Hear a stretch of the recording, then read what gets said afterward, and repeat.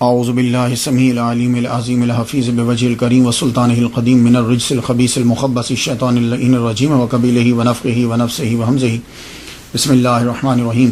تمام نبیوں کے سردار حضرت محمد صلی اللہ علیہ وآلہ وسلم اور تمام مذاہب کے سردار دین اسلام کے پیروکاروں، السلام علیکم، طبتم، برکتیں اور رحمتیں آپ پر۔ صلاۃ و سلام حضور صلی اللہ علیہ وسلم کی ذات پر اور دنیا کے عظیم ماں باپ حضور کے ماں باپ پر۔ آج کی گفتگو 39ویں مرحلے میں داخل ہو گئی۔ آج کا سرنامہ کلام سید علاء الدین علی احمد گیلانی صابر کلیری قلندر چشتی رحمۃ اللہ علیہ، یہ آج کا سرنامہ کلام ہے۔ گفتگو جو ہے وہ آگے بڑھتی ہے۔ تاریخ پیدائش آپ کی 1196 عیسوی ہے، جس کا 2013 جا رہا ہے، اور آپ نے روح کو خیرات کر دیا 1291 کے اندر۔ ٹوٹل عمر آپ کی 95 برس۔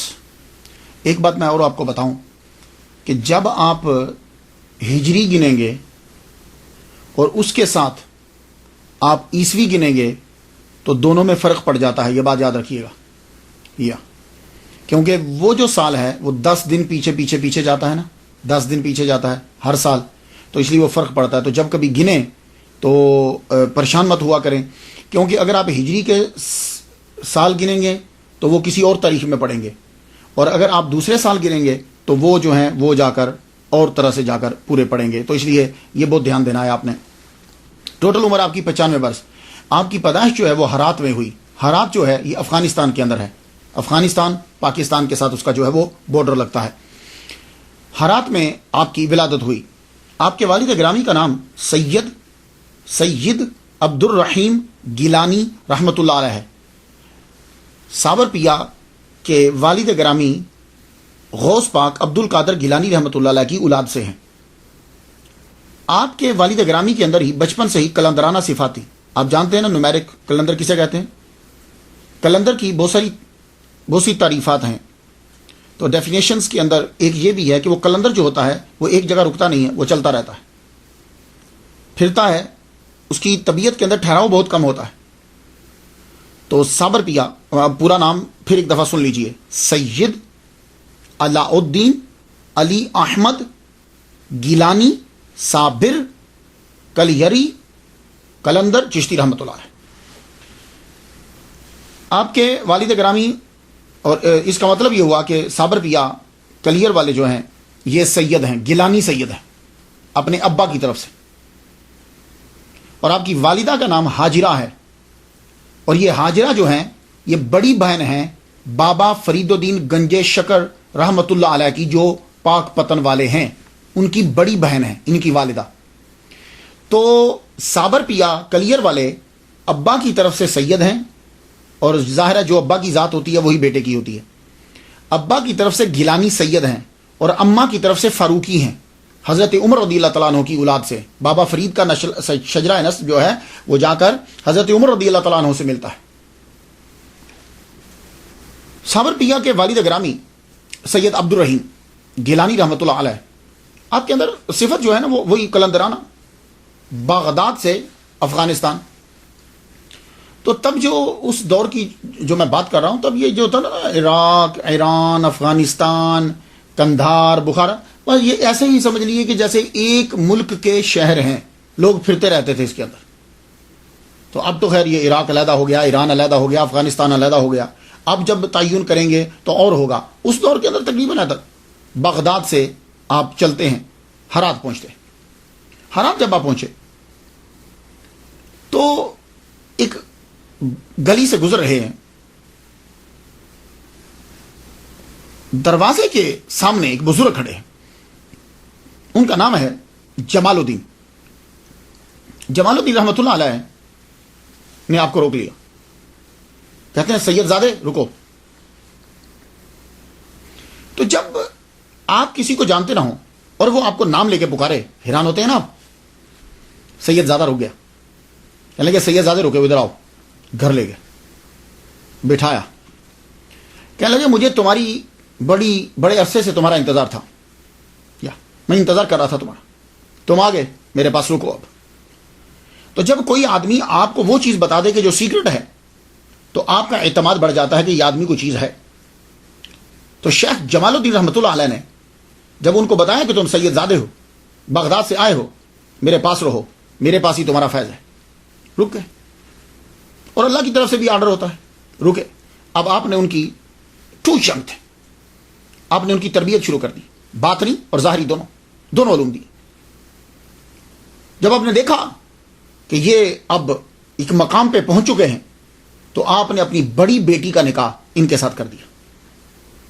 کنہوں نے؟ شیخ جمال الدین فاروق رحمۃ اللہ علیہ.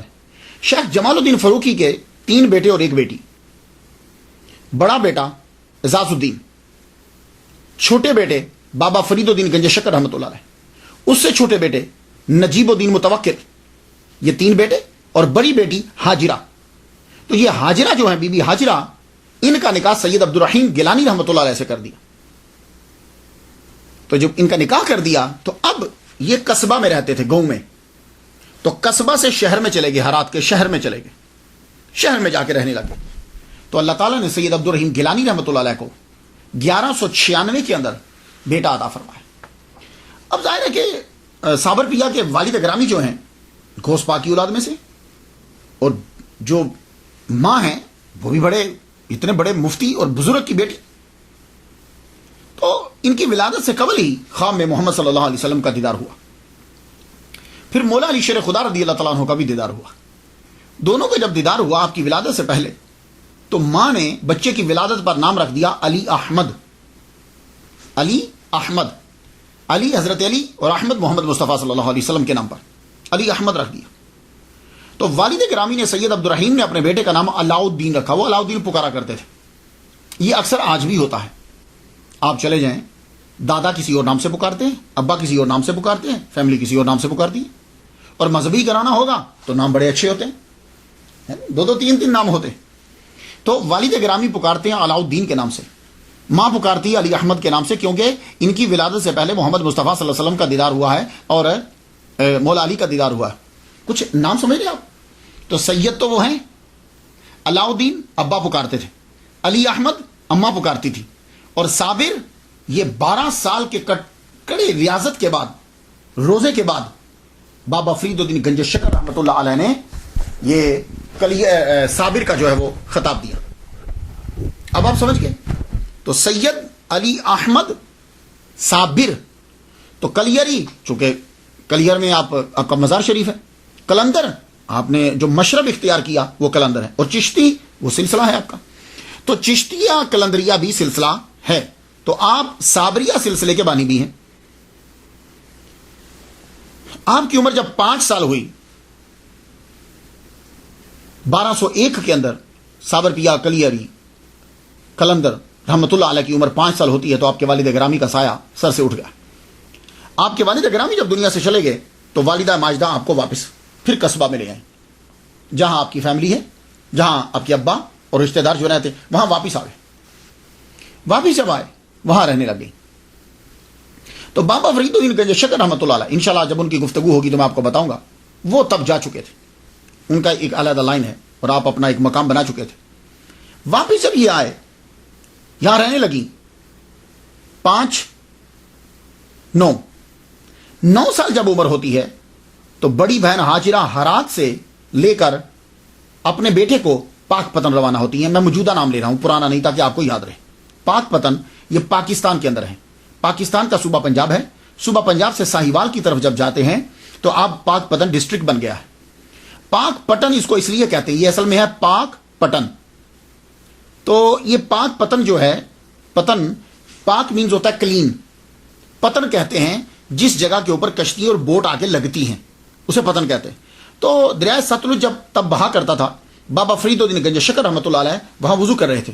تو کسی نے یہ کہا کہ دیکھیے حضور, نہ تو پانی پاک ہے نہ جگہ پاک ہے, نہ تو پانی پاک ہے نہ جگہ پاک ہے. تو بابا فرید نے فرمایا نہیں, پاک پتن, یہ جگہ بھی پاک ہے پانی بھی پاک ہے. تو تب سے اس جگہ کا نام ہی پاک پتن پڑ گیا. اب آپ سمجھ گئے. تو میں پاک پتن ہی نام لوں گا کیونکہ لوگ اسے سمجھتے ہیں. اب تو پاک پتن جب پہنچی, سید علی احمد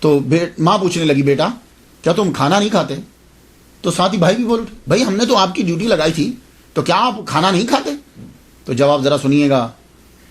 سید علاء الدین علی احمد صابر گیلانی قلندر رحمۃ اللہ علیہ کیا جواب دیتے ہیں؟ کہنے لگے ماما بابا فرید گنج شکر ماموں لگتے ہیں نا پیر و مرشد, آپ نے کھلانے کو کہا تھا کھانے کو نہیں کہا تھا. آپ نے کہا تھا کہ کھلایا کرو 2 ٹائم.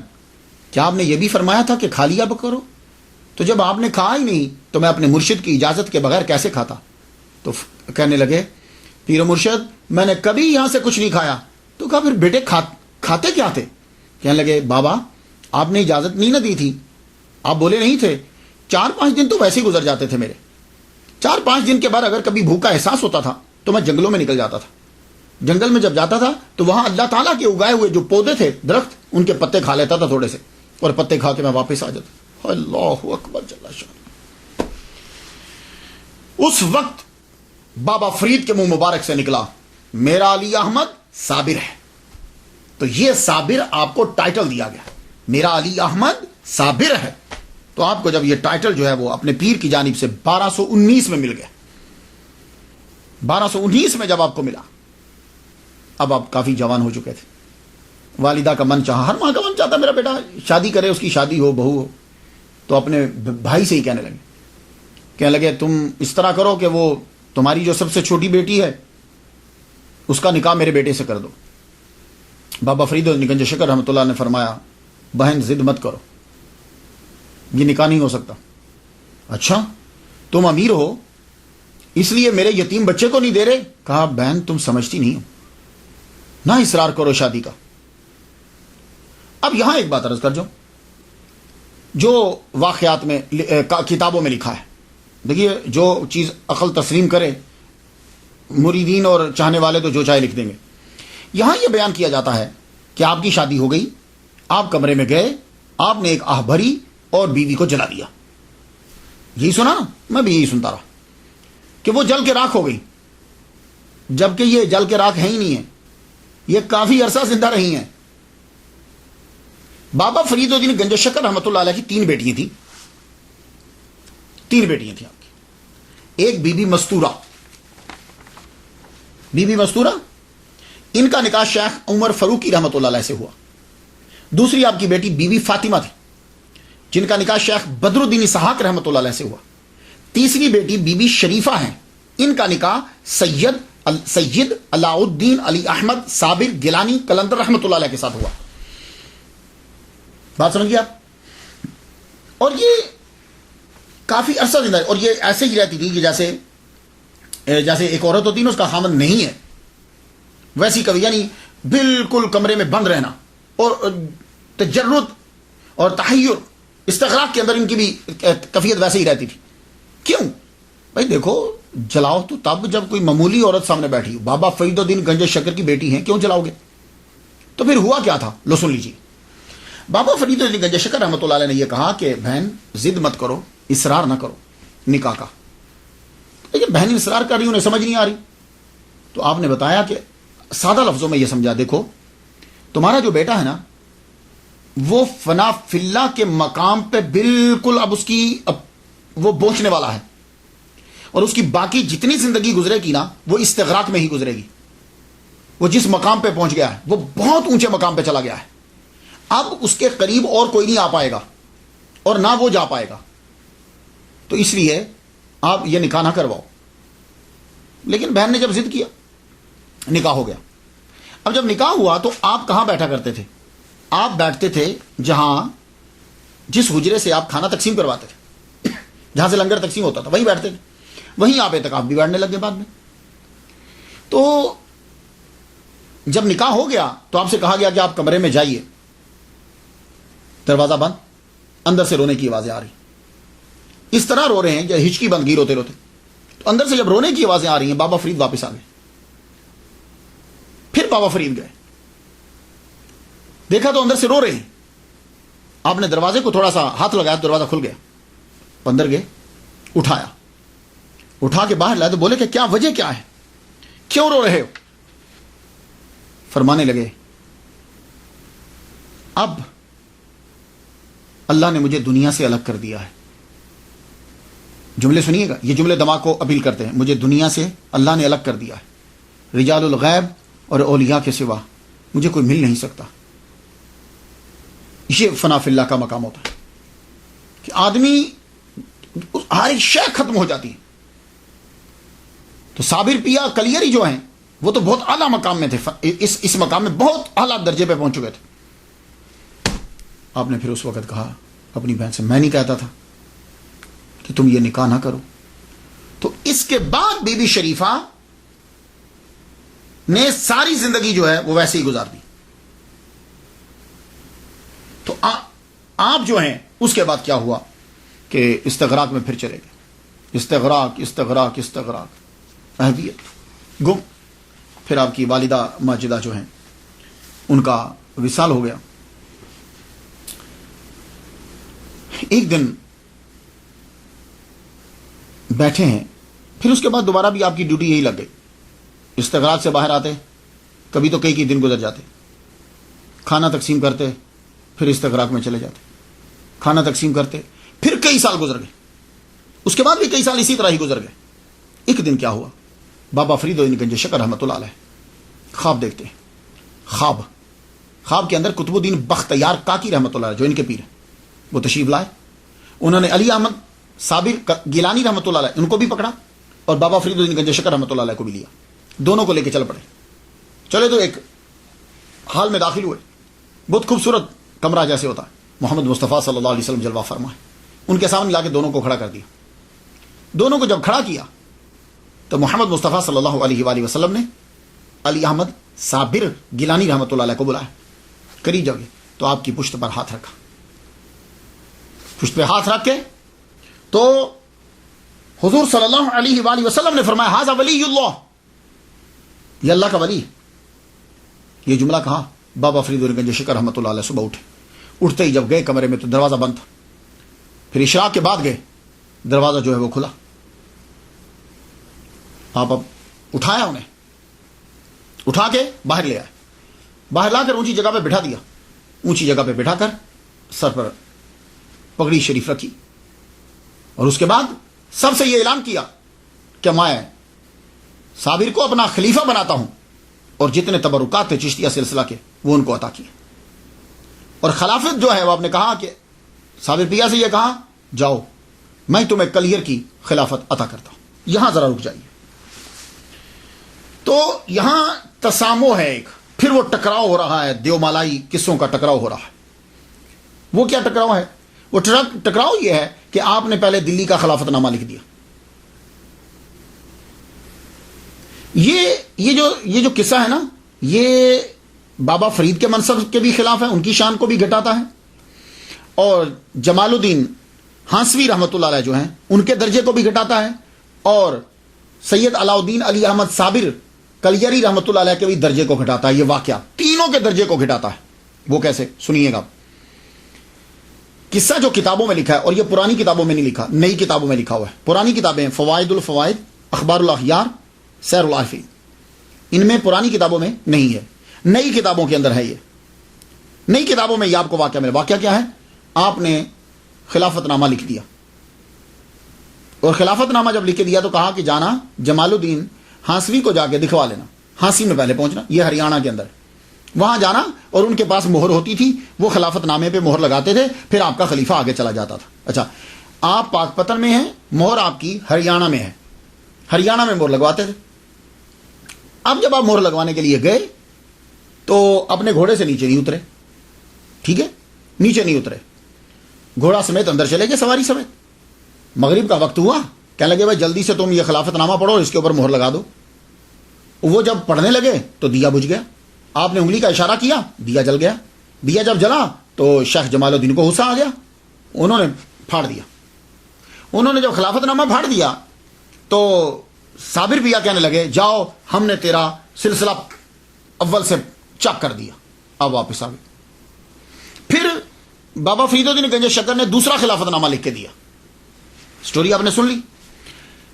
پہلی بات تو یہ ہے کہ بابا فرید الدین گنج شکر رحمۃ اللہ علیہ نے خلافت نامہ دکھانے کے لیے بھیجا تھا یا اجازت نامے کے لیے بھیجا تھا؟ کہ جاؤ جا کر ان کو خلافت نامہ لکھا ہوا دکھا دو کہ میں نے کیسا لکھا ہے. نہیں، یقیناً اس لیے بھیجا تھا کہ جاؤ دکھا دو وہ پرمیشن دیتے ہیں کہ نہیں دیتے.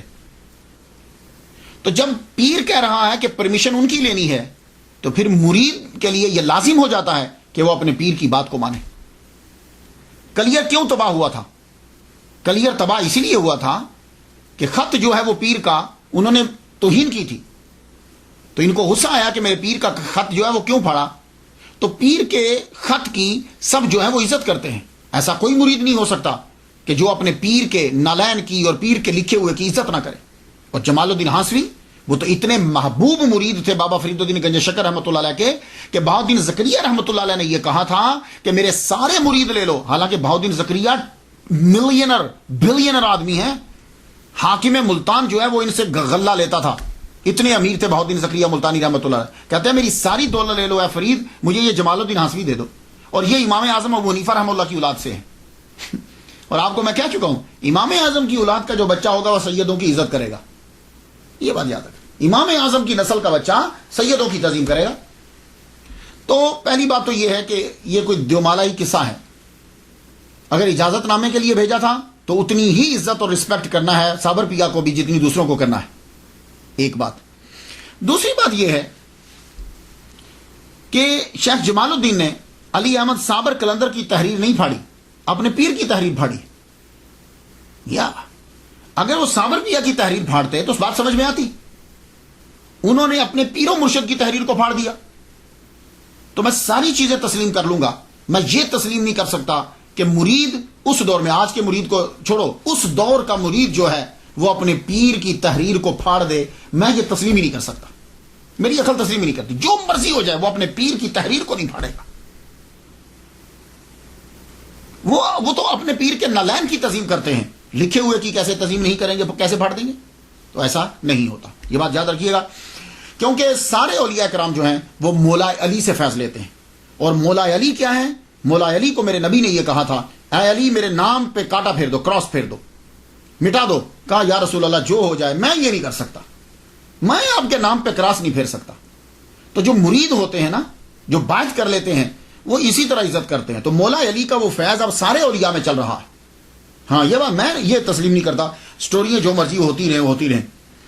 اور دوسری بات یہ ہے کہ بعد میں انہوں نے کلیئر کی خلافت لکھ دی. تو بابا نے جب بعد میں کلیئر کی خلافت لکھی تو پہلے لکھ دیتے. تو کیا پیر کو یہی نہیں پتا کہ میرے مرید کے لیے کون سی خلافت موضوع ہے؟ یہ بابا کے اشیاء نشان نہیں ہے. تو جب بعد میں خلافت لکھ دی کلیئر کی تو اب کیوں نہیں سٹیمپ لگوائی؟ جبکہ اصول تھا کہ جمال الدین سے جا کے سٹیمپ لگواتے تھے، کیونکہ مہر جو ہے کہتے ہیں ان کے پاس پڑی ہوئی تھی. یہ بات نہیں ہے، یہ تسامح ہے. جس نے بھی کیا سو کیا. بابا فرید الدین گنج شکر رحمۃ اللہ علیہ نے پہلی دفعہ ہی کلیئر کی خلافت دی اور خلافت نامہ لکھ کے کہا جاؤ اب تم روانہ ہو جاؤ. تو یہ وہاں سے روانہ ہوئے. بابا فرید الدین گنج شکر وہاں پہنچے. کلیئر کی طرف کیوں گئے؟ بابا فرید نے کلیئر کیوں بھیجا؟ اس لیے کہ جو طبیعت تھی بابا علی احمد صابر کلیری رحمۃ اللہ علیہ کی، جو طبیعت تھی وہ بالکل آپ کی طبیعت کے موافق تھا. یہ ماحول جنگل میں ٹیلا، مختصر سی آبادی، بس وہیں جاؤ. اب آپ وہاں پہنچے. جب آپ وہاں پہنچتے ہیں تو بابا فرید الدین گنج شکر رحمۃ اللہ نے آپ کو اکیلا نہیں بھیجا، آپ کے ساتھ علیم اللہ ابدال کو بھیج دیا. یہ آپ کے ساتھ گئے. وہاں جاتے ہی آپ نے ایک بڑھیا عورت کے گھر میں جو ہے وہ ڈیرا لگایا. نام اس کا گلزاری ہے. اس کے گھر میں جب ڈیرا لگا دیا تو انہوں نے سر آنکھوں پہ رکھا. آپ یہ جو کلیئر ہے، بادشاہ کی حکومت تو تھی لیکن برائے نام تھی. دہلی کے زیر اثر تھا لیکن برائے نام اثر تھا. اس قلعے کو فتح کیا تھا ابو صالح نے. آرمی آئی تھی یہاں، پڑاؤ کیا تھا انہوں نے. تو جب پڑاؤ کیا تھا تب ایک مسجد بنا دی تھی. تو مسجد جب آرمی نے بنائی تھی تو اچھی مسجد، وہ ایک ہی جامع مسجد تھی. اور وہاں ایک قاضی بھی مقرر کیا. اس قاضی کا نام، مفتی کا نام تھا تبرک. اب یہ بہت دور تھا، جنگلات میں ٹیلا، مختصر سی آبادی. زیادہ تر لوگ جو ہیں وہ یہاں کے غریب تھے، مزدور تھے. یا وہ کھیتی باڑی کرتے تھے یا وہ لکڑیاں جو ہیں وہ بیچتے. اور آدھی مزارے اور آدھی ساہوکاروں کی نوکر، ان سے پیسے لیے مقروض سب کے ساتھ. تو ایک وہاں بڑا آدمی تھا، نام اس کا تھا قیام الدین. یہ قیام الدین جو ہے، جو قلعہ تباہ ہو چکا تھا، اس قلعے کو دوبارہ سے تعمیر کر کے اسی قلعے کے اندر رہنے لگ گیا تھا. یہ قیام الدین، اور یہی ذمہ دار جو ہے یہی وہاں اقتدار اسی کا تھا، اسی کا اثر و رسوخ چلتا تھا، اور قاضی جو ملا تھا وہ اسی کا نوکر بنا ہوا تھا۔ آپ سیدھا جامع مسجد میں پہنچے، جامع مسجد میں آپ نے جا کے اعلان کر دیا، سنو میرے پیر و مرشد شیخ بابا فرید الدین گنج شکر رحمۃ اللہ علیہ، یہ رحمۃ اللہ علیہ میں کہہ رہا ہوں، تو انہوں نے، میں ان کا خلیفہ ہوں اور یہ خلافت نامہ ہے اور یہاں کی ولایت جو ہے انہوں نے مجھے عطا کی ہے، یہ کہہ کے واپس آ۔ جب آپ نے یہ کہا، اب بات آہستہ آہستہ لوگوں میں پھیلنے لگی، تو غریب لوگ آپ کے پاس آنے لگے، آپ نے ان کو بتلایا کہ اسلام کیا ہوتا ہے، توحید کیا چیز ہے، اور جب انسان توحید اختیار کر لیتا ہے تو پھر سب برابر ہو جاتے ہیں۔ اب بتا رہے ہیں کہ اونچ نیچ ہمارے ہاں نہیں ہوتی، ہمارے ہاں سب برابر ہوتے ہیں، اور جو تمہاری مسجد ہے، یہ جو تم نے مسجد بنائی ہے، اس مسجد کے اندر تم لوگ کیا کر رہے ہو کہ یہاں امیروں کی لائن اور ہے، غریبوں کی لائن اور ہے، تو تم نے اللہ تعالیٰ کے گھر کے اندر بھی جگہوں کا تعین کر دیا۔ خدا کے گھر کے اندر تو سب ایک ہوتے ہیں، جو سب سے پہلے آتا ہے وہ پہلی جگہ پہ کھڑا ہوتا ہے، بادشاہ بھی بعد میں آئے گا تو اس کے لیے ہم جگہ نہیں بنائیں گے، وہ پیچھے کھڑا ہو کے نماز پڑھے، تم کسی کو وہاں سے اٹھا نہیں سکتے۔ تو آپ جب یہ باتیں کرنے لگے، اب اس سے زد پڑتی ہے امیروں کو بھی اور قاضی کو بھی، کیونکہ یہ فرق اور تفاوت انہی نے تو رکھا ہوا ہے۔ اب قاضی نے جا کے قیام الدین سے بات کی، ذمہ دار سے کہنے لگا، سن ذمہ دار، یہ جو بابا آیا ہے تجھے کو سمجھ اس کے بارے میں تم نے سنا ہے؟ کہتا ہے کہ میں یہاں کا صاحب ولایت ہوں، یہاں کی خلافت میرے پاس ہے، میرے بابا نے، ہم نہیں جانتے کسی بابا کو، یہ سب جادوگری ہے، ایسے بہت سے شبدہ باز یہاں آتے ہیں، اور دیکھ تو دھیان نہ دینا، اور اگر تو اس کی طرف چلا گیا تو سن تیری ذمہ داری بھی، سرداری بھی جائے گی، اور ساہوکاروں سے جا کر دیکھا یہ سب کو برابری کا سبق دے رہا ہے، تمہاری ساہوکاری گئی۔ اب امیروں کو، اب یہ سارے لوگ ذمہ دار، ساہوکار اور یہ دین کے ٹھیکیدار اکٹھے ہو گئے۔ اکٹھے جب یہ ہو گئے تو اب یہ لوگوں کو دھمکانے بھی لگے، ڈرانے بھی لگے، وہ بیچارے مظاہرے تھے، غریب تھے، آہستہ آہستہ لوگ بابا سے پیچھے ہٹنے لگے۔ یہ لوگ دیکھتے رہتے کہ بابا کے پاس کون جاتا ہے، جو جاتا پھر چیک کرتے کہ یہ کس کے زیر اثر ہے، ساہوکار کے یا ذمہ دار کے، جس کے زیر اثر ہوتا وہاں سے دھمکا دے۔ سارے لوگ ہٹ کے 5 بندے بچ گئے، ٹوٹل 5 آدمی بابا صابر پیا کلیئر کے ساتھ لگ گئے، صرف 5 بندے رہ گئے۔ آپ نے اب خط لکھے، پہلا خط لکھا اپنے پیر کو، علیم اللہ ابدال کے ذریعے سے مرشد کو خط بھیجا اور کہا کہ یہ قاضی جو ہے یہ بہت شرارتیں کر رہا ہے، ہمیں آپ نے صاحب ولایت بنایا یہاں کا، یہ تسلیم نہیں کرتا ہمیں۔ تو بابا فرید الدین گنج شکر رحمۃ اللہ علیہ نے پہلا خط لکھا، اور خط کا مخاطب قاضی تھا، قاضی سے یہ بتایا میرا نام کیا ہے، اپنا بتانے کے بعد کہا ہم نے اس کو یہاں کی ولایت دی ہے، اور قرآن کی آیات بھی لکھی اور حدیث مبارکہ بھی لکھی، اور کہا کہ تم شرارتوں سے باز آ جاؤ۔ بہت نرمی سے خط لکھا۔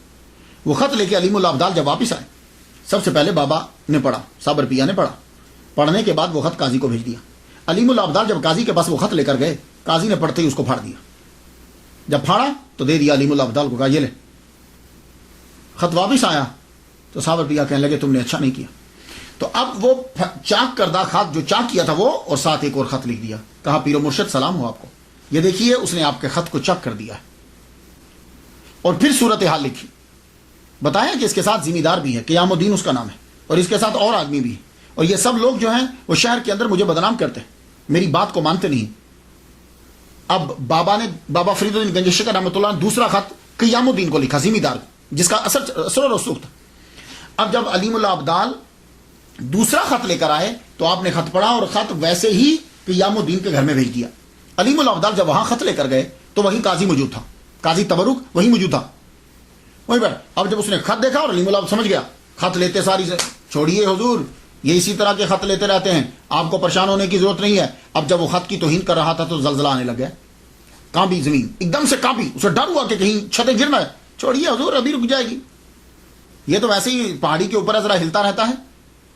وہ پھر ایک دم واپس آ گیا، ٹھیک ہے۔ قاضی نے اب لے کے خود خط پھاڑ ڈالا، دوسرا خط پھر پھاڑ ڈالا، اور ذمہ دار اس کے ساتھ۔ اب جب دوسرا پھٹا ہوا خط لے کر گئے تو اب تیسری مرتبہ پھر علیم اللہ ابدال کو بابا فرید الدین گنج شکر رحمۃ اللہ علیہ کے پاس بھیج دیا صابر پیا نے۔ جب تیسری مرتبہ گئے تو اب بابا نے جب 2 خط اپنے جب اس نے چاک کر دیے تھے، اب بابا نے تیسرا خط لکھا، صابر پیا کلیئر رحمۃ اللہ علیہ کو تیسرا خط لکھا۔ تیسرے خط میں یہ تھا، ایک جگہ میں عبارت پڑھتا ہوں کہ یہ تمہاری بکری ہے، چاہے ذبح کرو چاہے دودھ دو، اور ایک جگہ لکھا کہ کلیئر ہم نے تمہارے حوالے کر دیا۔ تیسرا خط جب یہ آیا، مفہوم دونوں کا یہی ہے کہ ہم نے کلیئر کو تیرے حوالے کیا، اب تیری مرضی۔ تیسرا خط جب آپ کے پاس آیا، آپ نے اس کو لپیٹا، رکھ لیا پاس۔ رکھنے کے بعد جمعہ کی نماز جب ہوتی تھی تو جمعہ میں لوگ اکٹھے ہو جاتے، آبادی تو کم تھی لیکن بڑے بڑے سب لوگ جو ہیں وہ آ جاتے تھے، ذمہ دار وہ لوگ نماز بڑی پڑھتے تھے۔ جمعہ کی نماز میں آئے تو بابا کیا کیا، بابا صابر پیا کلیر رحمۃ اللہ علیہ سیدھا مسجد سے اندر چلے گئے، اندر جا کے مصلی کے پاس بیٹھ گئے۔ جب آپ مصلی کے پاس بیٹھ گئے تو بندوں نے کہا اٹھو یہاں سے، یہ قاضی کی جگہ ہے۔ آپ نے فرمایا ہم کتب ہیں، اور کتب جو ہوتا ہے وہ قاضی سے افضل ہوتا ہے، تم ہمیں یہاں سے اٹھا نہیں سکتے۔ 3-4 بندے اٹھے اور آپ کا کلندرانہ لباس تھا پرانا، ہاتھوں سے پکڑ کے گھسیٹتے ہوئے باہر لے گئے۔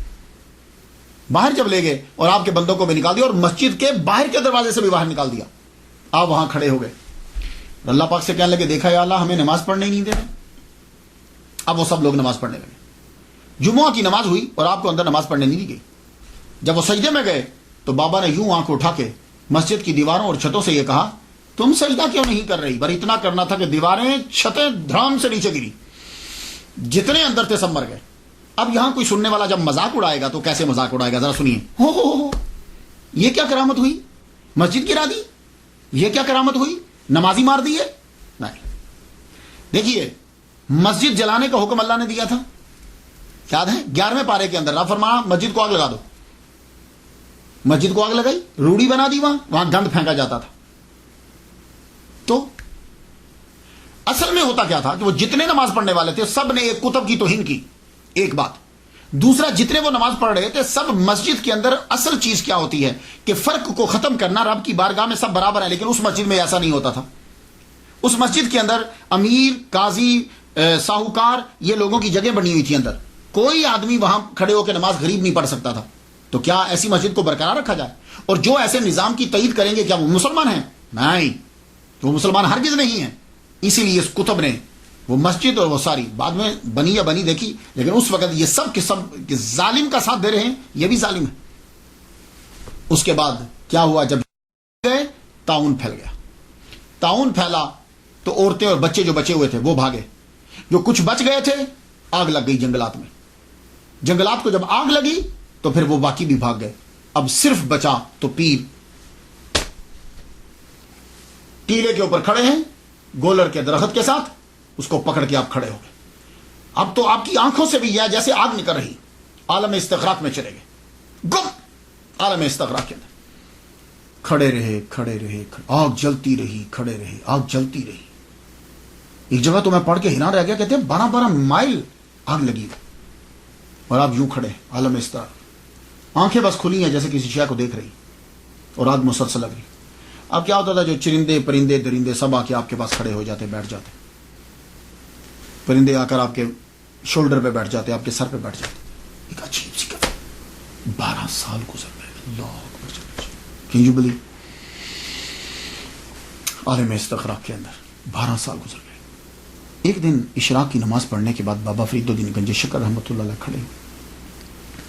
صوفیہ میں لنگر تقسیم ہوتا تھا نا اشراق کے بعد، تو فرمانے لگے کون ہے تم میں سے جو میرے صابر کا جا کے روزہ افطار کروا دے، اسے 12 سال ہو گئے۔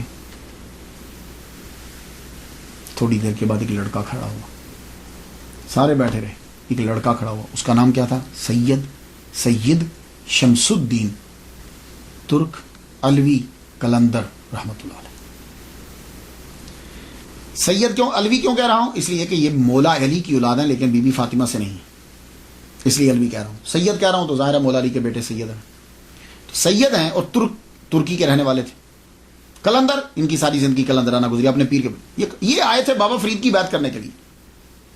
تو بابا فرید الدین گنج شکر رحمۃ اللہ فرمایا تھا کہ تیرا فیض میرے پاس نہیں ہے۔ یار میں حیران ہوتا ہوں، آج کل تم چلے جاؤ کسی بھی پیر کے پاس، فٹافٹ مرید کر لے گا تاکہ میری تعداد بڑھ جائے، اور وہ بندہ بیٹھا رہتا تھا کہ نہیں بھائی تیرا فیض میرے پاس نہیں ہے۔ تو یہ بڑے دن سے بیٹھے ہوئے تھے، اب جب کھڑے ہوئے، جی حضور میں جاتا ہوں، فرمایا لگے ہاں تیرا فیض اس کے پاس ہے۔ دیکھا میں کہا ہاں اب سمجھ آئی، تیرا فیض میرے بھانجی اور داماد کے پاس ہے، چلو تیاری کرو کچھ کرنے کی۔ تیاری کی، کہا حضور میں تیار ہوں جانے کے لیے۔ فرما لگے سنو، میرے صابر کے پاس جانے سے پہلے کچھ چیزیں سن لو۔ پہلی بات تو یہ ہے کہ یہ کچھ چیزیں ہیں، یہ لیتے جاؤ تیرے کام آئیں گی. ان میں کچھ آئل تھا، تھوڑا سا آپ نے دم کیا، کہا کہ میرے صابر کو 12 سال ہو چکے ہیں ایک ہی حالت میں کھڑے ہوئے، یہ لے جاؤ آئل. اور اس میں کافی ساری چیزیں، دم بھی تھا، تو اسے جب میرا صابر بیٹھے گا ضرورت تمہیں پڑے گی اس کی بھی، یہ بھی لے جاؤ. اور دوسرا، تم اس کے سامنے مت جانا جب تک وہ بیٹھ نہ جائے، اور یا جب تک تمہیں اجازت نہ دے دے، تم اس کے سامنے مت جانا. باقی تم علیم الابدال جو ہے وہ تمہیں وہاں کلیئر تک پہنچا دے گا، اور باقی اللہ تیرا حافظ و ناصر. جاؤ. سید شمس الدین ترک قلندر الوی رحمۃ اللہ علیہ روانہ ہوئے، دعاؤں اور نصائح کے ساتھ وہاں سے روانہ ہوتے ہیں. قصہ مختصر کے کلیئر میں یہ پہنچ گیا. علیم الابدال نے رستہ بتایا، دیکھا تو یہ تقریباً رستے میں رکے، رستے میں رک کر سہارنپور سے آگے، یہ اب رک کے دن کے ٹائم جو ہے نا یہ آپ چلے گئے. دن کے ٹائم جب وہاں پہنچے، ابھی سورج تھا، آپ پیچھے ٹیلے کے پیچھے سے چڑھے، پیچھے سے چڑھ کے کمر کے پیچھے کھڑے ہو گئے، کمر کے پیچھے کھڑے ہو کے قرآن پڑھنے لگے. ترکی تھے، سید ہیں، الوی ہیں، اور آواز خوبصورت اور جوان تھے. یاسین والقرآن الحکیم انک لمن المرسلین علی صراط مستقیم تنزیل العزیز الرحیم لتنذر قوما ما انذر آباؤہم. مختلف آیات پڑھتے جا رہے ہیں. تاہا ما انزلنا علیک القرآن لتشقا. بڑی خوبصورت آواز، ہماری کہاں آوازیں. ترکی آواز سٹائل میں جب پڑھا تو قرآن مجید جب کلام اللہ کا کان میں آیا تو صابر پیا کلیئر فرمانے لگے، پیچھے کھڑے ہو کہ قرآن کیوں پڑھ رہے ہو، آگے آؤ. پیچھے نہیں پڑھو قرآن. آپ آگے بڑھے لیکن سامنے نہیں آئے، داہنی طرف کھڑے ہو گئے، داہنی طرف کھڑے ہو کے قرآن پڑھنے لگے. پھر قرآن پڑھے، قرآن پڑھتے جائیں، آیات چن چن کے پڑھ رہے ہیں. سبحان اللہ، کیا خوبصورت آواز تھی. تو ایک دم چپ کر گئے. چپ کر گئے تو صابر پیا بولے، چپ کیوں کر گئے ہو؟ عرض کی حضور کھڑا کھڑا تھک گیا ہوں، کھڑا کھڑا تھک گیا ہوں، میں سفر بھی کر کے آیا ہوں، تھک بھی گیا ہوں. تو بولے تو بیٹھ جاؤ. کہا حضور آپ کھڑے ہیں اور میں کیسے بیٹھ سکتا ہوں؟ کہہ لگے اچھا تو چلو پھر ہمیں بٹھاؤ. تو آپ وہ جنبش، ہاتھ نے جنبش کی، قرآن کی پاور. آپ نے پیچھے سے نا یوں کمر کو پکڑا، آگے ابھی بھی نہیں آئے، پیچھے سے یوں کمر کو پکڑا. اب 12 سال سے جب ایک حالت میں کھڑے ہیں تو آپ کیا سمجھتے ہیں کہ اعضاء میں ابھی طاقت ہے موو کرنے کی؟ نہیں، اعضاء ویسے کہ ایسے ہوئے. آپ نے پیچھے سے پکڑ کر یوں اپنے جسم کے سہارے سے آپ کو پیچھے لا کے وہ درخت کے تنے کے ساتھ آپ کو یوں ایسے رکھ دیا. جب نیچے بیٹھ گئے تو اب سامنے آئے. اللہ اکبر جل شانہ، اب سامنے آئے. تو اب قرآن پڑھنے لگے. قرآن جب پڑھنے لگے، پڑھتے پڑھتے پھر رک گئے. تو صابر بھیا پوچھتے آپ کیوں رکے ہو؟ کہنے لگے حضور شام ہونے والی ہے تو مجھے جلدی واپس پاک پتن جانا ہے. اللہ اکبر جل شانہ، مجھے پاک پتن جانا ہے تو میں پہنچ نہیں پاؤں گا. پاک پتن کا نام سنا نا جب تو آنکھوں میں آنسو آ گئے. بولے ہمارے مرشد کے شہر سے آئے ہو؟ ہمارے مرشد کے شہر سے آئے ہو؟ 12 سال کے بعد آواز سن رہے ہیں. کہا ہاں حضور میں بابا فرید کے شہر سے آیا ہوں، انہوں نے مجھے بھیجا ہے. تو اگر آپ مجھے اپنی غلامی میں مستقل رکھ لیتے ہو تو پھر تو میں رہ جاتا ہوں، ورنہ مجھے جانے دیجیے. کہنے لگے نہیں، تم ہمارے فرزند ہو، رکو، تم ہمارے پاس رکو. کہا اچھا مرشد ٹھیک ہے. قرآن شروع کر دیا. قرآن جب پڑھنا پھر رک گئے. کہا اب کیا ہوا، آپ کیوں رکے ہو؟ کہا حضور بھوک لگ گئی ہے کچھ کھانے کو. فرمان لگے تو وہ گولر توڑو نا، وہ گولریاں توڑو اور ان کو پکا کے تو کھاؤ. اب جب پکائے گئے تو سامنے رکھ دیے لا کے. تو کہا کھاتے کیوں نہیں؟ کہا حضور کیسے کھاؤں، آپ نہیں کھائے، مرشد نہیں کھائے گا تو میں کیسے کھا لوں؟ کہا اچھا چلو لاؤ. اللہ اکبر جل شانہ، خود وہ ابالتے پانی میں ابال کے بنا نمک کے ابال کے پیر کو دی، خود کہیں. کیا کہنے تھے. پھر آگے بڑھے، اپنے مرشد کو جو ہے نا وہ جو بابا فرید نے تیل دیا تھا وہ تھوڑا تھوڑا لگایا ہاتھوں کو، پنڈلیوں کو لگایا. وہ خود ان کی اپنی کرامت تھی، یہ بابا کے تیل کی کرامت تھی. خود ان کی زبان میں بڑا اثر تھا، جو منہ سے کہتے تھے وہ نکل جاتا، فوراً پورا ہو جاتا تھا. لیکن یہ تو ایک ویسے ہی ظاہری سبب ہے، جسم نے کچھ جنبش. کہنے لگے شمس الدین پانی لاؤ نا، ہم وضو کریں. وضو کروایا، پھر جتنی نمازیں تھیں سب پڑھی، مغرب بھی پڑھی، عشاء بھی پڑھی. عشاء کی جب نماز ہو گئی تو صابر پیا کہنے لگے شمس الدین جب عشاء کی نماز ہو جائے نا تو پھر میرے سامنے نہ آنا کرنا، تہجد سے پہلے تو میرے پیچھے ہی رہنا. ہاں تہجد میں آ جایا کرنا، تو پھر تہجد اور باقی نمازیں پڑھا. شمس الدین دور جا کے لیٹ گئے. تہجد کا وقت ہوا تو شمس الدین اٹھے. اس وقت اور اب بھی گاؤں کے اندر ستاروں کو دیکھ کر ٹائم معلوم کرتے ہیں کہ کیا ٹائم ہوا ہے، اور بالکل ایکوریٹ ہوتا ہے. یہ حیران کن بات ہے. تھوڑا سا ہی فرق، 1-2-3 منٹ کا فرق ہوتا ہے. تہجد کے وقت اٹھے اور جا کر پیر کے کان میں کہا الصلاۃ الصلاۃ الصلاۃ، اور کچھ آیات پڑھی. وہ عالم استخراق سے واپس آ، آپ وضو کرواتے. اب ایک بات عرض کر جو، یہ بزرگ دوسروں سے وضو کیوں کرواتے؟ آپ نے کبھی دیکھا دوسروں سے وضو کیوں کرے؟ اس لیے کہ جب کوئی وضو کرواتا ہے تو پانی کم استعمال ہوتا ہے. یہ مطلب نہیں کہ ان کو تکبر ہے، وہ خود وضو نہیں کرتے، نہیں. جب کوئی آپ کو وضو کروائے گا تو آپ پانی کم استعمال کریں گے، اور جب آپ خود وضو کریں گے تو پانی کا استعمال زیادہ کریں گے. اس لیے بزرگان دین کسی سے وضو کرواتے تھے تو ایک لوٹے میں وضو بھی ہو جاتا تھا. اور اب آپ دیکھ لیجئے مسجد میں جاتے ہو کتنا پانی استعمال کر دیتے ہو. تو وضو جو ہے وہ کیا، وضو کرنے کے بعد تہجد، پھر فجر، پھر اشراق، اس کے بعد پھر استغراق. پھر اس طرح سارا دن پھر آپ جو ہے نماز. آپ نے کیا کیا کہ لکڑیاں اکٹھی کی جنگل سے، کچھ گھاس پھوس لیا، اور آپ نے اپنے پیر کی ایک جھونپڑی بنا دی. وہی قریب ایک جھونپڑی ایک دن میں ایک ہی بنی. نماز کے ٹائم جو ہے وہ استغراق سے باہر آ جاتے، نماز پڑھتے. اس کے بعد اب آپ کھڑے نہیں رہتے تھے، اب آپ بیٹھتے تھے. پہلے تو آپ نے کھڑے گئے، اب آپ بیٹھ کر استغراق میں چلے جاتے. دوسرے دن آپ نے اپنی سائڈ پہ دور جا کے اپنی جھونپڑی بنا لی. وہاں شمس الدین ترک قلندر رحمۃ اللہ علیہ وہاں رہنے لگے. شمس الدین کے آنے کا یہ فائدہ ہوا، سید شمس الدین علوی ترک قلندر رحمۃ اللہ کے آنے کا فائدہ یہ ہوا کہ اب لوگوں کی آمد و رفت بڑھنے لگ گئی، اور آپ کے استغراق کا دورانیہ جو ہے وہ کم پڑ گیا، کم ہو گیا. اب جو ہے صابر پیا خود ان کو تعلیم دینے لگ گئے، ظاہری اور باطنی دونوں تعلیم جو ہے وہ ان کو دیتے. اللہ اکبر جل شانہ. یہ ایک معمول بن گیا، استغراق کم سے کم. لیکن عشاء کے بعد جو ہے وہ صبح تک جاری رہتا، صبح تک یہ جاری رہتا. لوگوں کی آمد و رفت ہونے لگ گئی، اور یہ خبر پھر دور دراز تک بھی جانے لگ گئی. لوکل لوگ بھی آتے اور باہر سے لوگ بھی آتے. لیکن وہ پہلے شمس الدین بتاتے کہ اب کون سا وقت ہے، اس وقت میں تم جا سکتے ہو کہ نہیں جا سکتے. تب لوگوں کا سامنا ہوتا. اگر آپ اجازت نہ دیتے تو کوئی آگے جا نہیں سکتا تھا. اور جب کوئی دہلی سے آتا، نظام الدین اولیاء رحمۃ اللہ علیہ جو ہیں وہ آپ کے بڑے ہمراز اور آپ کے بڑے قریبی تھے، بڑے محبت کرنے والے تھے. تو جب کوئی دہلی سے آتا تو صابر پیا پہلے ہی فرما دیتے شمس جی حضور بھائی دہلی سے آ رہے ہیں مہمان، کچھ تھوڑا سا نمک بھی ڈال دینا بیچ میں، کیونکہ وہ نمک استعمال کرتے ہیں، پھیکے ان کو اچھے نہیں لگتے، تو نمک ڈال. تو واقعی آدمی جو ہے وہ کھانے کے ٹائم دہلی سے آ جاتا. ایک مرتبہ امیر خسرو رحمۃ اللہ علیہ تشریف لائے. یہ کیسے ہو سکتا ہے کہ نظام الدین اولیاء کے دوستوں اور امیر خسرو تشریف نہ لائیں؟ امیر خسرو آئے، بڑی محبت کی. صابر پیا نے بڑی محبت کی. کہنے لگے اچھا تم ہمارے دوست نظام الدین کے پاس سے آئے ہو؟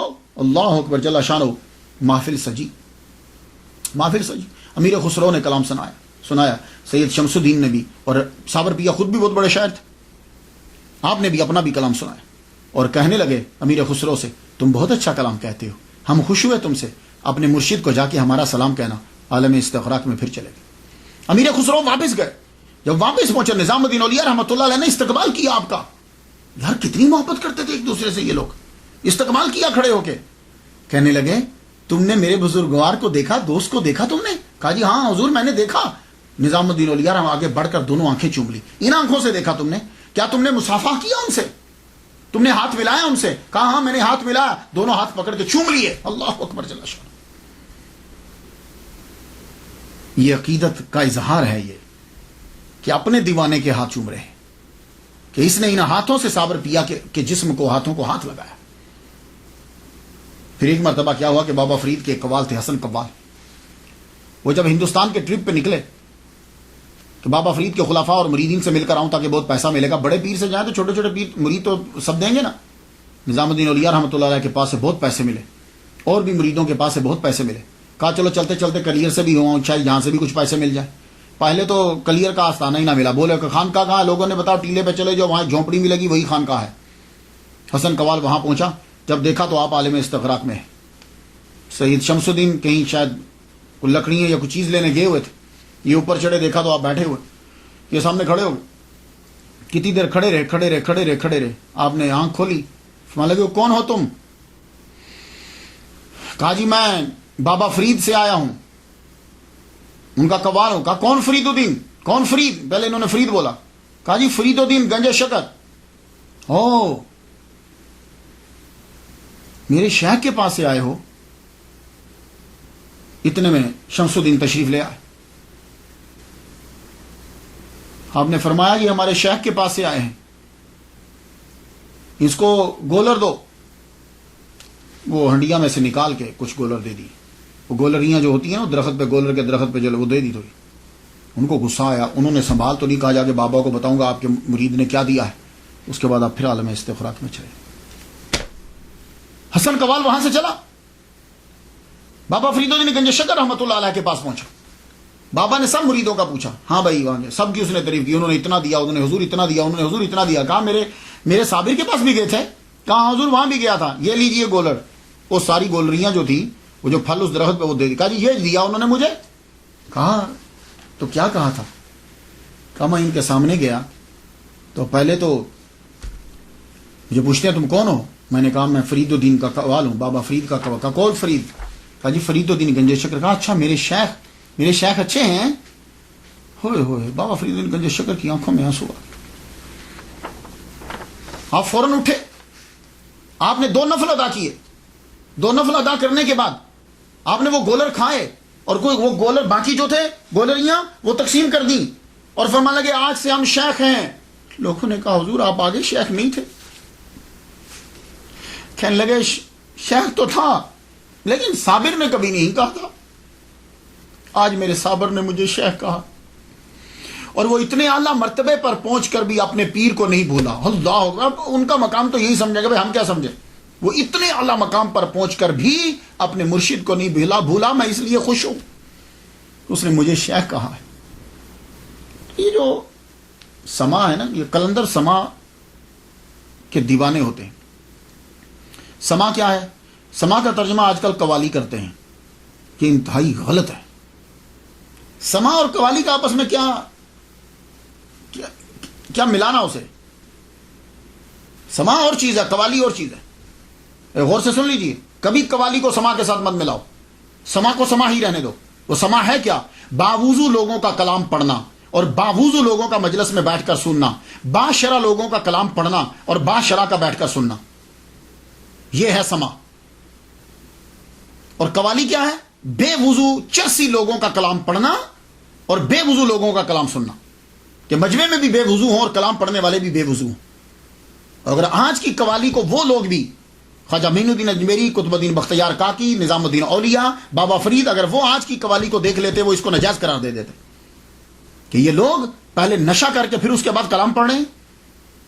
وہ لوگ باشرع ہوتے تھے, باوضو ہو کر باوضو لوگوں کا کلام پڑھا کرتے تھے. تو اس لیے سما کو قوالی کے ساتھ مت ملائیے گا. سما وہ اور چیز تھی. لوگ اس کو پڑھنے کے لیے وہ فلاں وہ بھی قوالی سنتے تھے, وہ ولی اللہ بھی قوالی سنتے تھے. یہ اس کے عشر عشیر بھی نہیں. تو سما جو ہے یہ اور چیز ہوا کرتی تھی. صابر پیا جو ہے وہ خود شاعری فرماتے تھے. پہلے آپ اپنا تخلص احمد رکھتے تھے, پھر جب آپ کو صابر کا لقب ملا تو پھر آپ نے ٹائٹل ملا تو آپ نے تخلص صابر لکھنا شروع کر دیا. عالم استغراق کے اندر بھی سم ٹائم قوالی کرنے لگ جاتے, قوالی مینز کلام پڑھنے لگ جاتے عالم استغراق کے اندر. اور وہ کلام جو ہے وہ شمس الدین لکھ لیا کرتے. میں کچھ پنکتیاں آپ کی نظر کروں, اندازہ ہو جائے آپ کو. امروز شاہ شاہاں مہمان شدست مارا, جبریل با ملائک دربان شدست مارا. یہ کلام کی جو پرواز ہے نا, عام آدمی کی یہ پرواز نہیں ہو سکتی. امروز کہتے ہیں آج کو. امروز شاہ شاہاں مہمان شدست مارا, آج بادشاہوں کا بادشاہ میرا مہمان ہوا ہے. وہ بادشاہوں کا بادشاہ اتنے اعلیٰ مرتبے پر فائز ہے کہ جبریل جو ہے وہ دربان ہے. جبریل با ملائک دربان شدست مارا. اس بادشاہ کی وجہ سے ہمارے دروازے کے اوپر جبریل علیہ السلام کھڑے اب فرشتوں کے ساتھ. اے احمد بہشت و دوزخ عاشقوں پہ حرام ہے. احمد بہشت و دوزخ بر عاشقاں حرام است. اینجا رضائے جانا رضوان شدست مارا. تو بہت اعلیٰ مقام ہے. احمد بہشت و دوزخ, جنت و دوزخ بر عاشقاں حرام است, عاشقوں پہ حرام ہے. اینجا رضائے جانا رضوان شدست مارا. ہمارے لیے جنت کیا ہے؟ محبوب کا راضی ہو جانا, یہی جنت ہے. عام بندہ مذاق اڑائے گا, ہو جنت کی بےزتی ہوگی, دوزخ کی بےزتی ہوگی. لو ان کو دوزخ اور جنت کی ہے, مالک کی رضا کا کوئی فکر نہیں ہے. یہ بےزتی نہیں ہے, اصل چیز ہی یہ ہے. یہ ولایت ہے ہی, صوفیزم ہے ہی, کہ رب کی رضا کو مقدم رکھنا ہے, باقی چیزیں نہیں. نگاہ افتاد چوں پر سدرا صابر. یہ جب آپ نے اپنا تخلص صابر رکھ لیا تو پھر یہ کلام میں تھوڑا عرض کر رہا ہوں. نگاہ افتاد چوں بر سدرا صابر ز گرمی نگاہ من سدرا سخت. فرماتے ہیں کہ جب نگاہ اٹھا کر صابر نے سدرا کی طرف دیکھی تو میری آنکھ کی گرمی کی وجہ سے سدرا کو آگ لگ گئی.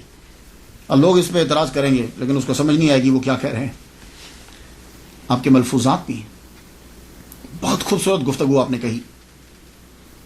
لوگ جب آتے تھے ان میں سے چند سنا دو. اے فرزند آدم, اللہ کہتا ہے, اور وہ کلام سنانے کہ اللہ تمہیں یہ کہتا ہے میں نے تمام اشیاء تمہارے لیے بنائی ہیں اور تجھ کو اپنے لیے, پھر تو اپنے آپ کو دوسروں کے دروازے پہ کیوں ذلیل کرتا ہے. اے فرزند آدم, روزی کا غم نہ کر جب تک میرے خزانے بھرے ہوئے, اور یاد رکھ میرے خزانے کبھی خالی نہیں ہوں. ان چیزوں کو کبھی پڑھو یار, تنہائی میں پڑھو. یہ اس لیے ولیوں کو ولی کی بات کا اثر ہوتا ہے دل کے اندر جانے. ان لوگوں کو کیا معلوم ہو. 13 سال کے بعد کلیر میں ہی آپ کو بابا فرید الدین گنج شکر رحمۃ اللہ علیہ کے وصال کی خبر میں بڑا صدمہ ہوا کہ میرے مرشد دنیا سے چلے گئے. مرشد کی یاد اور مرشد کی باتیں جب سنا رہے تھے تو سید شمس الدین ترک علوی قلندر رحمۃ اللہ علیہ سے کہنے لگے, پانی پتی سے کہنے لگے, میرے پیر کو فنا و بقا دونوں مقام حاصل تھے. میرے پیر کو فنا اور بقا دونوں مقام حاصل. یہ فنا بقا کیا ہے, یہ ٹرمینالوجی ہیں. اس کے لیے آپ کو میں ریکمینڈ کروں گا رسالہ کشیریہ, اس میں بھی ہے اور بھی اولیاء کرام نے لکھا ہے. یہ رسالہ کشیریہ کو میں دیکھ رہا تھا,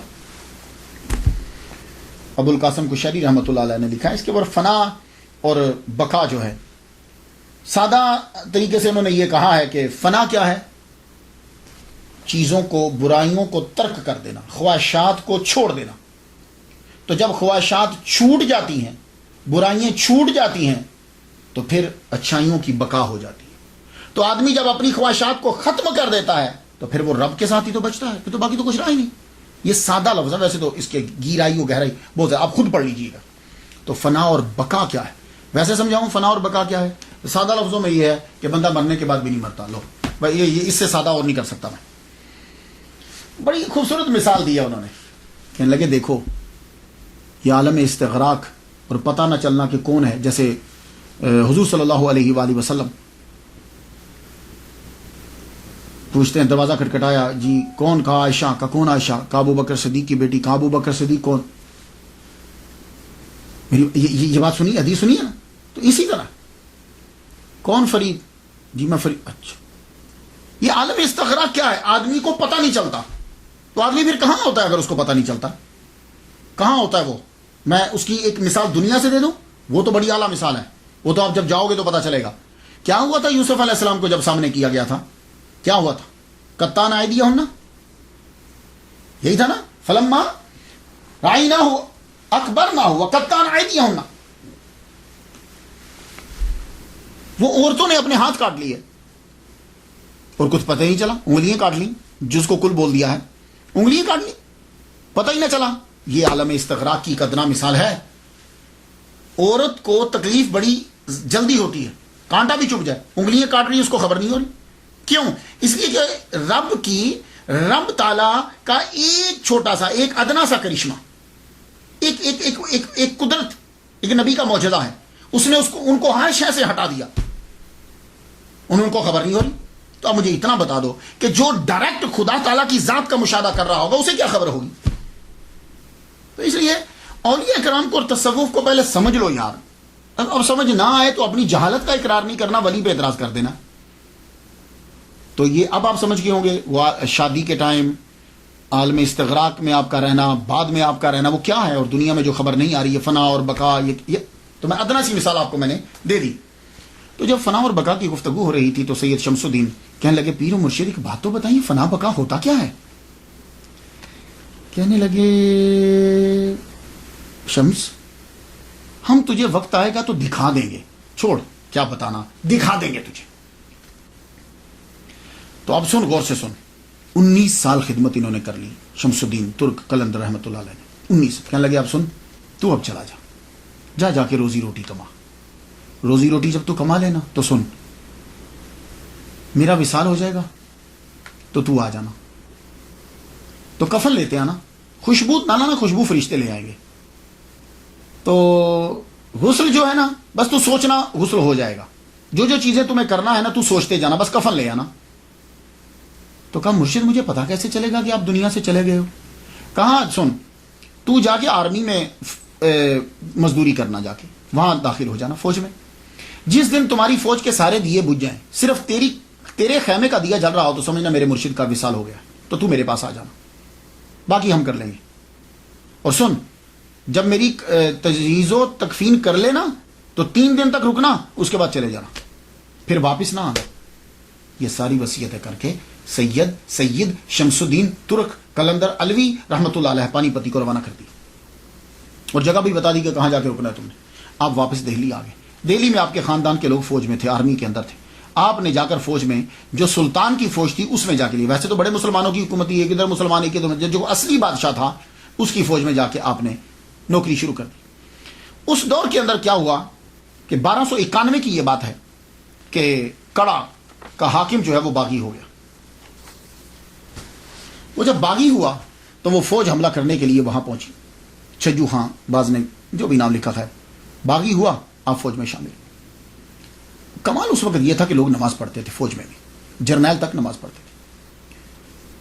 جب مقابلہ کرنے لگے تو وہ چھجو خان کی فوج جو ہے وہ تو آرمی جو ہے وہ تو بھاگ کے قلعہ بند ہو گئی. یہ لفظ قلعہ ہوتا ہے، ہم اس کو قلعہ بولتے ہیں کیونکہ قلعہ ہمیں بولنے میں مشکل لگتا ہے. قلعہ بند ہو گئی. آپ نے قلعہ کا محاصرہ کر لیا. قلعہ کا محاصرہ بڑھ گیا. جب بڑھا تو نماز تو سب پڑھتے تھے، سردیوں کا موسم تھا. فجر کی نماز پڑھتے ہوئے بادشاہ کو گرم پانی کی جرنل کو گرم پانی کی ضرورت ہوتی تھی. تو جرنل کے لیے پانی لے جانے کے لیے آپ کا خیمہ جرنیل کے بالکل قریب تھا. تو وہ جو پانی گرم کرتا تھا نا وضو کا، وہ آپ سے آگ لے کے جاتا تھا. تو وہ آگ لیتا پانی گرم کر کے پھر جا کے جرنل کو وضو کرنے کے لیے. ایک دن وہ خیمے میں آیا تو بابا ہے ہی نہیں، سید شمس الدین ترک قلندر رحمۃ اللہ ہے ہی نہیں. لگا کدھر گئے؟ یہی ہوتے تھے. یوں دیکھا تو پاس ہی تالاب تھا، تو تالاب کے کنارے پہ بیٹھے وضو کر رہے ہیں. اتنے ٹھنڈے پانی سے وضو کر رہے ہیں. جا کے دیکھنے لگا، کہنے لگا ہو سکتا ہے پانی گرم ہو، مجھے ٹھنڈا لگتا ہو. اس نے بابا اٹھ کے جب ادھر آ رہے، یہ ادھر سے گیا، جا کے دیکھا تو جہاں سے بابا جہاں بیٹھے ہوئے تھے وہاں پانی گرم تھا. اس نے سائڈ پہ ہاتھ لگایا تو پانی ٹھنڈا. ہو سکتا ہے میرا وہم ہو. آیا واپس. دوسرے دن پھر آیا. اب ادھر نہیں گیا، خیمے میں نہیں گیا، وہاں لکڑی لوں گا جلاؤں گا، وہیں سے پانی لے لوں جہاں سے بابا وضو کرتے. اب جب آپ وضو کر کے اٹھے، آپ واپس ادھر آنے گئے، یہ سائڈ سے جا کے وہاں سے پانی لیا تو گرم، اور سائڈ پہ ہاتھ لگایا تو پانی ٹھنڈا. پانی لے کے گیا تو جرنیل پوچھتا ہے، سیناپتی پوچھتا ہے، کہتا ہے آج پانی تو جلدی لے آیا، آگے دیر لگاتا تھا. تو سچ اس نے بول دیا. کیا لگا یہ جو تمہارے ایک خیمہ چھوڑ کے آگے خیمے، اس خیمے میں بابا رہتے تھے، ان سے آگ لے کے پھر پانی گرم کر کے پھر لاتا تھا. آج میں وہ بابا جو ہیں وہ تالاب جا کے وضو کرتے ہیں، انہی کی جگہ سے لے آیا ہوں پانی. وہ جہاں وضو کرتے ہیں وہاں پانی گرم ہوتا ہے. میں نے کہا یہ کیسے ہو سکتا ہے؟ اب دونوں نے چھپ کے دیکھا. سید شمس الدین ترک قلندر رحمۃ اللہ علیہ کو دیکھا کہ وضو کر رہے ہیں. اب دونوں جو ہیں وہ بعد میں گئے. جب بابا آگے تو دیکھا پانی گرم. اب یہ فجر کا وقت گزرا، ظہر عصر مغرب عشاء ہوئی تو آندھی چل گئی. آندھی اتنے زور کی چلی، بارش اتنے زور، سب خیمے اڑ گئے. خیمے جب اڑے، بابا کا خیمہ برقرار اور اندر موم بتی جل رہی ہے اور آپ قرآن مجید پڑھ رہے ہیں. جرنیل حیران. ایک دم سے اب وہ خیمے میں گیا رات کے وقت, اندر دیکھا تو وہی بابا بیٹھے. کہنے لگے بابا تم اللہ کے ولی ہو, دعا کرو کہ قلعہ فتح ہو جائے. آپ نے فرمایا اچھا سب سے پہلے میری تنخواہ دو, یہ جتنے دن میں نے کام کیا ہے میرے پیسے دو. اس نے پیسے فوراً لا دی. فرمانے لگے دوسرا میرا استعفیٰ قبول کرو, میں آئندہ کے بعد تیری فوج میں نہیں ہوں گا, مجھ پہ حکم مت چلانا. دوسری یہ بات. تیسری میں اب واپس جا رہا ہوں, صبح کے وقت حملہ کر دینا, تجھے فتح ہو جائے گی. آپ یہ کہہ کے وہاں سے چل پڑے. کیوں؟ اس لیے کہ آپ کو پتہ چل گیا کہ میرے پیر کا وصال ہو گیا ہے. آپ وہاں سے جب چلے تو کہنے لگے میں سہارنپور کلیر میں کیسے پہنچوں گا وہاں. ایک دم سے آپ کو ٹھوکر لگی تو آپ کا سر کسی چیز سے ٹکرایا, آپ بے ہوش ہو کے گر گئے. جب آنکھ آپ کی کھلی تو پیر کی جھونپڑی کے پاس لیٹے ہوئے. آپ ایک دم سے اٹھے, دیکھا پیر کے پاؤں کی طرف شیر ہے. صابر پیا کلیر رحمۃ اللہ علیہ کے پاؤں کی طرف شیر بیٹھا ہوا ہے. آپ جو ہی اٹھے وہ چلا گیا. آپ نے اپنے پیر کو سوچا ایک دم سے کہ میں ان کو غسل دوں, ایک دم سے پانی کی فوار آئی اور آپ کو غسل ہو گئی. آپ نے یوں کفن رکھا, کفن خود بخود آپ کی جسم کو لپٹ گیا. جسم کو لپٹا. اب آپ جنازے کے لیے پریشان ہے کہ بندہ تو ہے ہی کوئی نہیں ہے. تھوڑی دیر کے بعد ایک گھڑ سوار آیا, قریب آتا ہے, قریب آیا, رکو ہم جنازہ پڑھائیں گے. جنازہ پڑھانے لگے اور ان کے چہرے کے اوپر نقاب ہے, چہرے کے اوپر نقاب. جنازہ پڑھایا تو سید شمس الدین کہتے ہیں ترک رحمۃ اللہ علیہ کہ جب میں نے جنازہ شروع کیا تو ایک بندہ بھی نہیں تھا, اور جب میں نے سلام پھیرا تو دیکھا تحت نگاہ صفیں ہی صفیں, شہداء رجال الغیب سب پیچھے کھڑے ہیں. تو نقاب پوچھ جنازہ پڑھا کے جب جانے لگا تو میں نے ان کو پکڑ لیا. میں نے کہا بھائی رکو, کوئی مجھ سے پوچھے گا تیرے پیر کا جنازہ کس نے پڑھایا تھا تو میں کیا جواب دوں گا. انہوں نے ایک دم سے چہرے سے نقاب ہٹایا, کہنے لگے شمس وہ فنا ہے یہ بقا ہے. تو نے پوچھا تھا نا, تو لے آج تمہیں ہم نے دکھا دیا. تو آپ اب کیا ہے, یہ چیزیں کچھ چیزیں سمجھائی نہیں جا سکتی. جیسے اللہ نے خود کہہ دیا ولا تقولوا لمن يقتل في سبيل الله اموات بل احياء ولكن لا تشعرون. یہ چیزیں سمجھائی نہیں جا سکتی. یہ جب آدمی اس مقام پہ پہنچ جاتا ہے تو سمجھ آنے لگ جاتی ہے. تو آپ 3 دن تک آپ کی قبر کے, وہ کہتے ہیں کہ خود بہت, پھر آپ کا جسد انور قبر میں گیا, آپ نے وہ کھودی, قبر کے اندر جسد انور خود بہت گیا, خود بہت مٹی ڈلی. آپ وہاں بیٹھے رہے 3 دن تک, قرآن مجید پڑھتے رہے. 3 دن کے بعد وہاں سے چلے گئے کیونکہ پیر نے یہی کہا تھا, اور آپ نے جا کے پانی پت میں ڈیرا لگا لیا. پھر سالوں گزر گئے, 100 سال 200 سال, ہر طرف آگ برستی تھی. کوئی آدمی اگر جانے کی کوشش کرتا, قبر کا نشان مٹ گیا. کسی کو معلوم ہی نہیں کہ یہاں کہیں قبر ہوتی تھی. آپ کی قبر آپ کا, لیکن ذکر آپ کا ہوتا رہتا تھا. کیوں؟ اس لیے کہ صابریہ سلسلہ جاری تھا. صابریہ سلسلہ جو ہے وہ آپ کا جاری و ساری رہا. کیوں؟ اس لیے کہ صابر پیا کے مرید, ایک ہی مرید سید شمس الدین ترک قلندر رحمۃ اللہ علیہ پانی پتی, ان کے مرید جلال الدین المعروف کبیر الاولیاء, ان کے مرید مخدوم عبد الحق, ان کے مرید شیخ محمد خلف شیخ العالم, ان کے مرید قطب عالم شیخ عبد القدوس گنگوہی رحمۃ اللہ علیہ. یہ عبد القدوس گنگوہی رحمۃ اللہ علیہ جو ہیں, یہ اپنے دادا پیر مخدوم عبد الحق رحمۃ اللہ علیہ کی قبر کے اوپر روزانہ فجر کے بعد جھاڑو دیا کرتے تھے. تو ایک دن جھاڑو دے رہے ہیں کہ بزرگ پاس سے گزرے, کہنے لگے کبھی ہماری قبر پہ آ کے بھی جھاڑو دینا. کہنے لگے اچھا جی آؤں گا. وہ بندہ جب رو میں ہوتا ہے نا تو سوچتی ہے نے بات کیا کہی اور میں نے کیا کیا دیا. تو وہ جا چکے تھے. سوچنے لگے یہ کون تھے جو اپنے مزار کی دعوت دے گئے ہیں خود ہی. پھر آہستہ آہستہ ان پر آشکار ہوا عبد القدوس گنگوہی رحمۃ اللہ علیہ. اب پھر یہ نکلے کلیر کی جانب. ان کو اب پتہ چل گیا کہ یہ اصل میں صابر پیا ہے, اور یہ ساری چیزیں آپ کو اپنے پیر دادا پیر کی قبر سے معلوم ہوئی, عبد الحق رحمۃ اللہ علیہ سے. اب یہ وہاں سے چلے, جب یہ کلیر کی طرف چلے, جہاں جہاں رکتے جائیں نفل پڑھتے جائیں, آگ گرے لیکن دعا کریں اور ختم, پھر آگے پھر آگے پھر آگے, حتیٰ کہ آپ نے قبر کے نشان کو پا لیا. قبر کے نشان کو پا لیا. پھر آپ نے دعا کی کہ یہ سلسلہ جلالیت کا ختم کرو تاکہ تمہاری قبر پہ لوگ بھی آئیں. پھر آپ کی دعا سے وہ جلال کا سلسلہ ختم ہوا, آگ کا سلسلہ ختم ہوا. پر آج آپ دیکھو وہاں ڈیرے لگے ہیں, لوگ جاتے ہیں, فاتحہ پڑھتے ہیں, اب وہ سلسلہ ہرگز نہیں ہے. میں تو وہاں نہیں جا سکا، لیکن میرے دوست ہیں عبد الغفار، یہ احمد آباد میں رہتے. ایک دن انہوں نے مجھے صابر پیا کلیئر رحمۃ اللہ علیہ کے مزار سے مجھے کال کی، اور اکثر وہ مجھے انڈیا سے کال کرتے رہتے، کسی بھی مزار پہ ہوں گے، خاص طور پر خواجہ معین الدین اجمیری چشتی رحمۃ اللہ یہ، تو میں پھر وہ اسپیکر کے اوپر فاتحہ پڑھتا ہوں، میں دعا کرتا ہوں. اس طرح میں نے کافی بزرگوں کے دربار پہ حاضری دے لی ہے. اس طرح تو صابر پیا کلیئر رحمۃ اللہ علیہ کے دربار پہ بھی اس طرح میں نے حاضری دی ہوئی ہے، یہ فون کے ذریعے سے میں نے فاتحہ پڑھی ہے. تو ایک بات یاد رکھیے گا، کوئی پیر اجازت نہیں دیتا برائی کا، فحاشی کا، یہ سب ہم لوگ کرتے ہیں. انہوں نے اجازت نہیں دی. انڈیا کے لوگ، اعلیٰ حضرت عظیم البرکت شاہ احمد رضا خان بریلوی رحمۃ اللہ علیہ، ان کا فتویٰ پڑھ لیجئے، قبر کا طواف کرنا، قبر کو سجدہ کرنا ٹوٹلی حرام ہے. فاتحہ پڑھا کریں بس. قبر پہ جب جائیں 1 بار الحمد شریف، 3 بار کل شریف پڑھیں اور کہیں اللہ اس کا ثواب ان کی روح کو دیتے ہیں، اور ان کے صدقے سے یا اللہ ہمارے مسئلے کو حل فرما دے. اس طرح دعا مانگا. کوئی سجدہ نہ کیا کرے، کوئی طواف نہیں ہوتا. بزرگ ناراض ہوتے ہیں سجدہ کرنے سے اور طواف کرنے سے، یہ بات یاد رکھیے گا. فاتحہ ان کے لیے پڑھیے. وہاں دیگیں دینی ہیں، جو مرضی دو، بکرے ذبح کرو، لیکن اس کا طریقہ کیا ہے؟ بسم اللہ اللہ اکبر پکوائیے، ختم پڑھائیے، اور غریبوں کو تقسیم کر کے یا اللہ کھانا کھلانے کا ثواب اور فاتحہ کا ثواب ان کی روح کو دیتے ہیں، اپنی بارگاہ میں قبول فرما. میں تو ان کے لیے فاتحہ پڑھ چکا، آپ بھی جو ہے وہ فاتحہ ضرور پڑھیے گا. اجازت دیجیے. وآخر دعوانا الحمد للہ رب العالمین.